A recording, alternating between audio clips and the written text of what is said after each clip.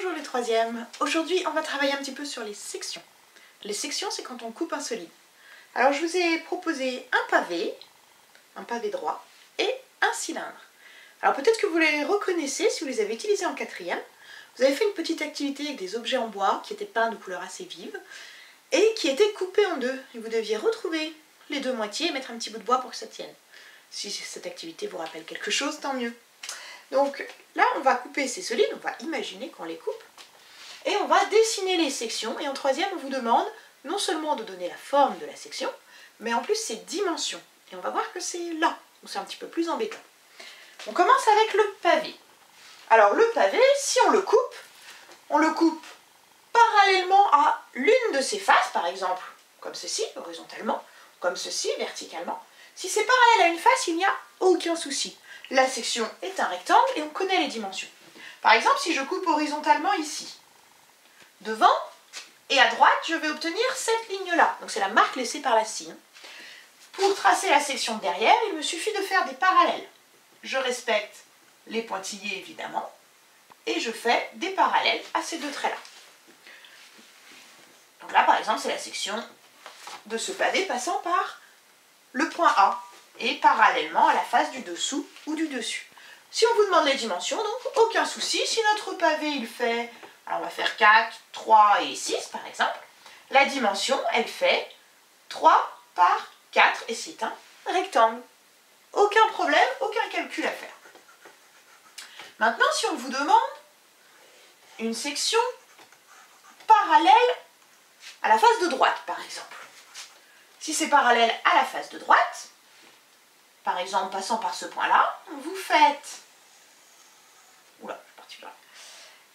un segment parallèle à celui-là et parallèle aux fuyantes.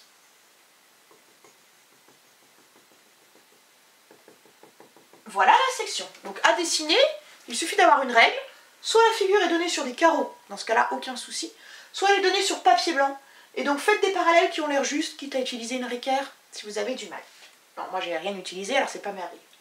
Si on vous demande les dimensions, c'est un rectangle, ce côté-là mesure 3, ce côté-là mesure 6. Donc c'est un rectangle de 3 cm par 6 cm. Et encore une fois, aucun calcul à faire. Donc quand c'est parallèle à une face, on y arrive très bien. Vous vous demandez pourquoi c'est du niveau 3e du coup. C'est quand ce n'est pas parallèle à une face. Quand c'est par exemple parallèle à une arête.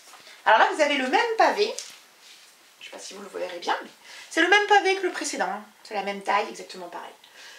Mais au lieu de couper horizontalement ou verticalement, j'ai coupé suivant la diagonale de la face du dessus. Là, je ne sais pas si on voit bien à la caméra, mais...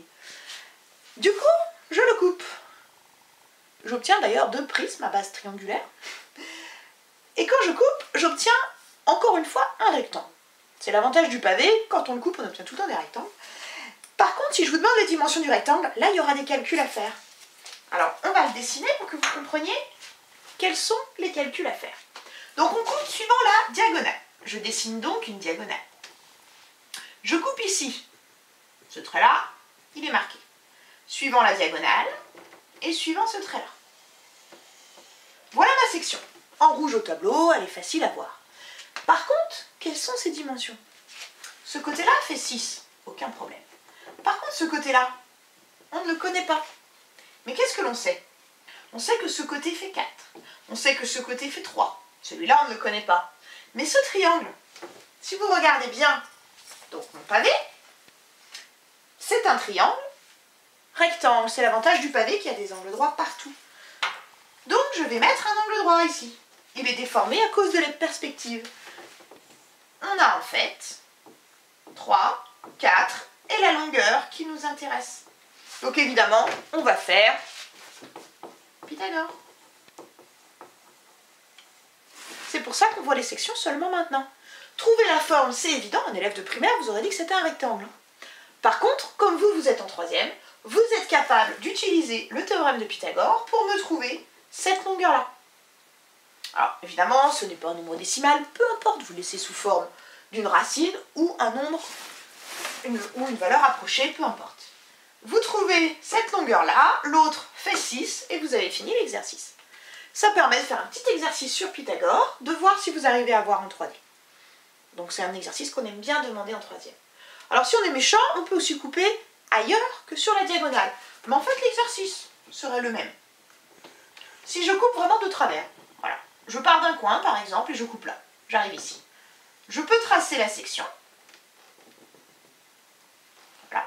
On a toujours notre triangle rectangle, on a toujours cette longueur que l'on cherche et que l'on trouverait avec Pythagore. Par contre, c'est celle-ci qui va changer. Dans ce cas-là, ce ne serait pas 4. Mais on serait obligé de vous donner un point ici et de vous donner la longueur. Par exemple, 3 cm. Même chose, Pythagore, vous aurez trouvé la 3e longueur. Donc si on coupe parallèlement à une arête mais pas à une face, on est obligé soit de passer par les diagonales, soit de vous donner un point en vous précisant bien où il est par rapport aux autres. Ça vous permet d'avoir toutes les longueurs nécessaires et des angles droits partout pour trouver le triangle rectangle qui vous permettra de trouver la longueur. C'est bon pour le pavé? Donc peu importe comment on coupe, dans quel sens on met la figure, hein, il y a toujours un angle droit quelque part pour trouver la longueur manquante. Et c'est pareil avec le cylindre. Un cylindre, bon, bien sûr très bien dessiné, hein, vous êtes habitué à mes petits dessins. Le cylindre, le voici. Donc si on le coupe comme ceci, voilà, c'est facile, hein, d'ailleurs c'est un cylindre plus grand que j'ai coupé, on obtient un cercle. Et peu importe où on le coupe, à quelle hauteur on le coupe, on obtiendra toujours un cercle. Et là, si on vous dit qu'on coupe à tant de centimètres de haut, ben, vous avez la nouvelle hauteur du cylindre, et la base reste toujours le même cercle. Donc ça c'est très facile.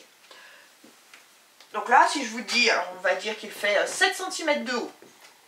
Voilà, il fait 7 cm de haut. Si je vous dis on le coupe à 5.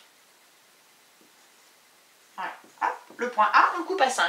Ici, il y aura une section. Vous tracez un diamètre, vous imaginez un diamètre, et vous faites à main levée un ovale. Si on vous demande de le dessiner en vraie grandeur, là vous avez de la chance, pas besoin de faire un ovale, vous faites un point A, vous prenez un rayon de 5 cm et vous avez évidemment un compas pour faire le cercle. Ça c'est la section en vraie grandeur, ça c'est la section dessinée à main levée sur le solide. Et dans tous les cas, c'est comme le cercle de base. Donc ça c'est vraiment le cas très simple. On ne peut pas vous demander de couper de travers, parce que si on coupe de travers, c'est ce que j'ai fait ici, là, je ne sais pas si je vais me rapprocher un peu de la caméra, là j'ai coupé de travers, et on ne peut pas vous le demander en 3e, parce que regardez bien la coupe, ce n'est pas un cercle, c'est un ovale justement. Je ne sais pas si vous voyez bien l'ovale, mais j'espère quand même. Sinon vous essayez chez vous, hein. Vous prenez un rouleau de papier WC vide, vous le coupez avec des ciseaux ou un cutter, en évitant les doigts si possible, et vous verrez, hein, c'est ovale, ce n'est absolument pas un cercle. Donc là on ne peut rien vous demander. Évidemment le centre vous l'avez, c'est sur l'axe du cylindre, par contre le rayon change, il y a un petit rayon et un grand rayon, c'est un ovale. Donc on ne peut pas vous le demander. En 3e, c'est forcément perpendiculaire à l'axe du cylindre ou parallèle à l'axe, ça ne peut pas être de travers. Et donc quand c'est perpendiculaire à l'axe, vous avez un cercle, peu importe à quelle hauteur, vous n'avez rien d'autre à faire. Imaginons maintenant que c'est parallèle à notre axe. Alors j'efface un petit peu mes gribouillis. Hop, voilà, je vais redessiner l'axe. Si c'est parallèle à mon axe, ça veut dire que je coupe par exemple ici. Je passe par le centre. Dans ce cas-là, ma section, ce sera un rectangle. Donc même chose, je fais des parallèles.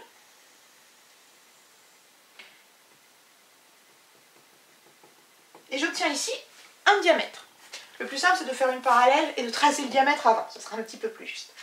Donc cette forme en rouge au tableau, là, qui ressemble à un parallélogramme, en vrai, quand on découpe le cylindre, c'est un rectangle. Et ce rectangle, si je vous demande ses dimensions, il fait 7 de haut, et sa largeur, c'est le diamètre du cercle. Donc, je ne sais pas si le rayon fait 3, son diamètre, ce sera 6. Donc c'est un rectangle de 6 par 7. Il n'y a pas vraiment de calcul à faire, c'est juste un peu plus pénible à dessiner. Encore une fois, vous allez me dire, s'il n'y a pas de calcul, pourquoi c'est en 3e? Parce que cette fois, au lieu de couper par le centre, on va couper un petit peu sur le côté.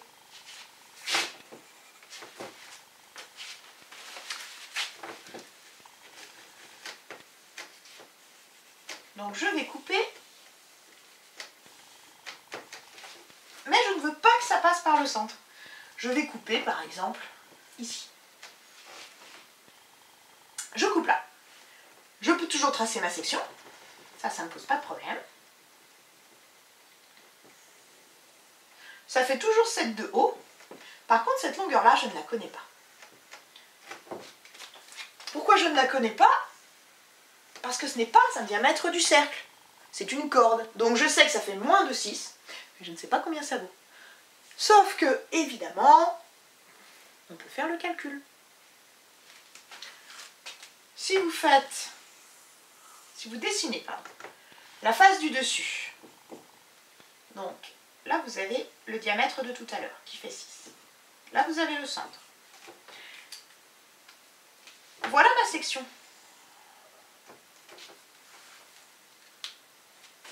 Donc je me demande combien elle fait. On va forcément vous indiquer, alors soit une longueur, soit un angle.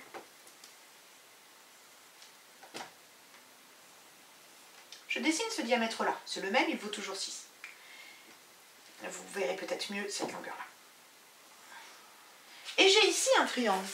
Et c'est une propriété que vous avez dû voir en 4e, qui a été supprimée mais qu'on a revue différemment, et qui vous dit que si un triangle est inscrit dans un cercle, et que l'un de ses côtés est le diamètre du cercle, alors il est rectangle. Donc ici, vous avez un angle droit.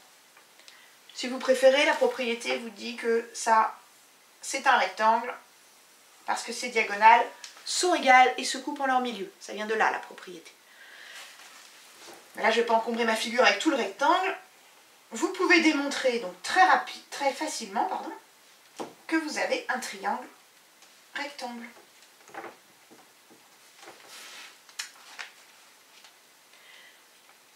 On cherche la longueur en rouge, on sait que ça vaut 6.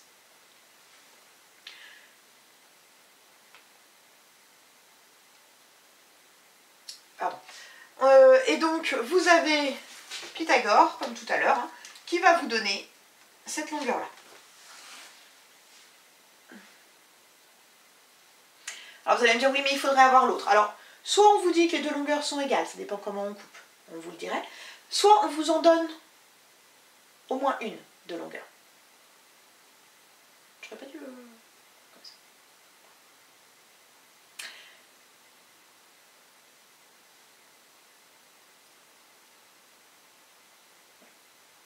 Vous pourriez aussi utiliser la trigonométrie.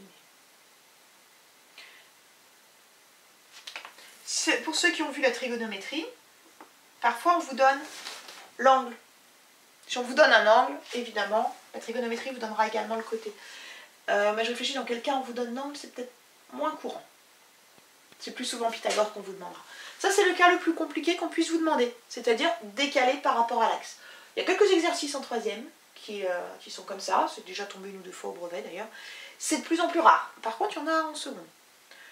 Alors, je ne vous demande pas de les faire forcément juste tout de suite. Simplement, pensez bien déjà que c'est un rectangle, ça vous devez en être convaincu, le voir. Pensez bien que la largeur, ce n'est pas 6, mais c'est moins. Hein. Pensez bien au dessin.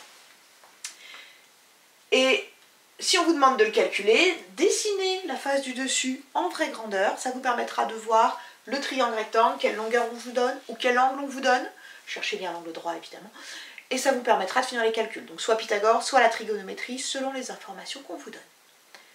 Voilà, j'espère que j'étais un peu claire, un peu fatiguée. Et on va attaquer la pyramide et le cône.